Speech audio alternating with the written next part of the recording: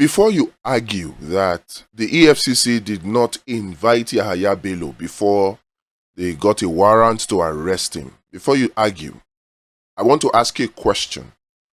Do you know how the EFCC invites persons of interest? Do you know? Do you think it is only through written letters that the EFCC invites persons of interest? The answer is no. There are 3 ways that the EFCC invites persons of interest, and a written letter is only one of them. What are the 3 ways? Number 1 is, of course, the written letter. Number 2 is a phone call to the person of interest. And number 3, if the person does not pick the phone call, they send a written SMS or a WhatsApp message. All of these 3 are acceptable means through which the EFCC invites persons of interest. How do I know this? In 2015, July of 2015, just 2 months after Muhammadu Buhari was sworn in as president of Nigeria, I got a call on my phone.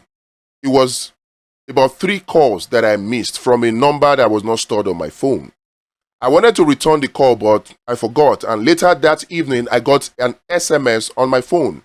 This time, it was from the same number that called me earlier, and it was a message saying that I was invited to the EFCC office for questioning. I discussed with my lawyers at the time, 2 of them, 2 separate lawyers, and one of them told me that, that I had to it was not, how am I sure that it was from the EFCC, that they must write me first? And the other lawyer told me that, what do I have to lose? That if the person says that he is from EFCC, that why don't I just go to the EFCC office and answer whatever questions they have for me? And when I thought about it, many times we Nigerians will fail to understand that lawyers can be a source of confusion. If you have any issues and you go to 2 different lawyers, they will give you 2 conflicting advice. Case in point is the same EFCC Yahaya Bello case, where you have 2 different courts of coordinate jurisdictions giving 2 conflicting judgments.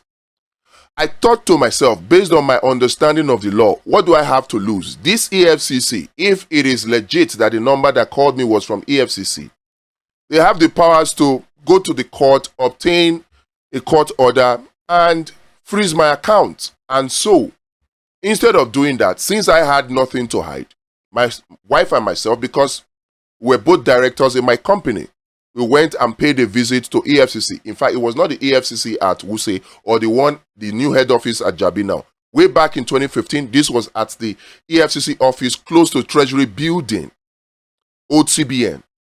So we went there. We were there from morning till night.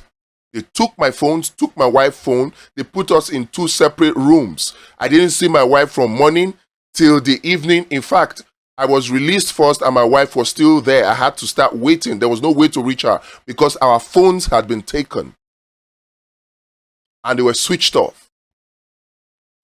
Long story short, eventually my wife was released at about 7 p.m. from 8 o'clock in the morning, and we went home. We answered all their questions, and it turned out that we were not even the persons of primary interest. We just appeared along the trail of their investigations because some people had written some petitions to some persons and somehow we were connected. We explained ourselves and we didn't hear from them again, except on a different matter. What's the lesson here? Yahaya Bello is making the mistake of listening to an advice from lawyers that may not have his best interest at heart. Of course, you know that sometimes lawyers can give you advice that may not be in your best interest. Case in point, Bobrisky versus EFCC. His lawyers advised him to plead guilty so that the trial will be fast, or so that there will be no trial, and so that the judgment or the sentencing will be mild. That was the advice from the lawyer. Obviously, that was a wrong advice. I'm sure he had another lawyer that would have advised him the way Cubana chief priest was advised, plead guilty, plead not guilty, let the case go to trial, and bring in your defense. Worst case scenario, they find you guilty and you get maximum sentence. And best case scenario, you win the case. So many times we need to understand that lawyers can give us advice that are not in our best interest. It is up to us as citizens to determine the advice of the lawyers and make decisions based on what we know to be our best interest. And that is what is affecting Yahaya Bello right now. From the 3 ways that the EFCC can invite persons of interest, can you still say that the EFCC did not invite Yahaya Bello? Can you say that the phone call that the EFCC chairman put across to Yahaya Bello is not a form of invitation? Can we say that the refusal of Yahaya Bello and the excuse that Yahaya Bello gave for refusing the invitation of the EFCC, can we say that those reasons, those excuses, they are tenable, they are tangible? Why are we leaving the substance of the matter and we're looking and chasing after technicalities? If Yahaya Bello has case to answer, don't you think that Yahaya Bello should go to court and face it? Even if it means that the EFCC arrests him and keeps him in custody for 48 hours, even if it's for a week. If he is innocent, will Yahaya Bello not be released? He's not the first to have gone through this kind of treatment. Will he not have been released? So all these arguments that are being made that the EFCC did not invite Yahaya Bello before issuing or carrying out an arrest, does he hold any water?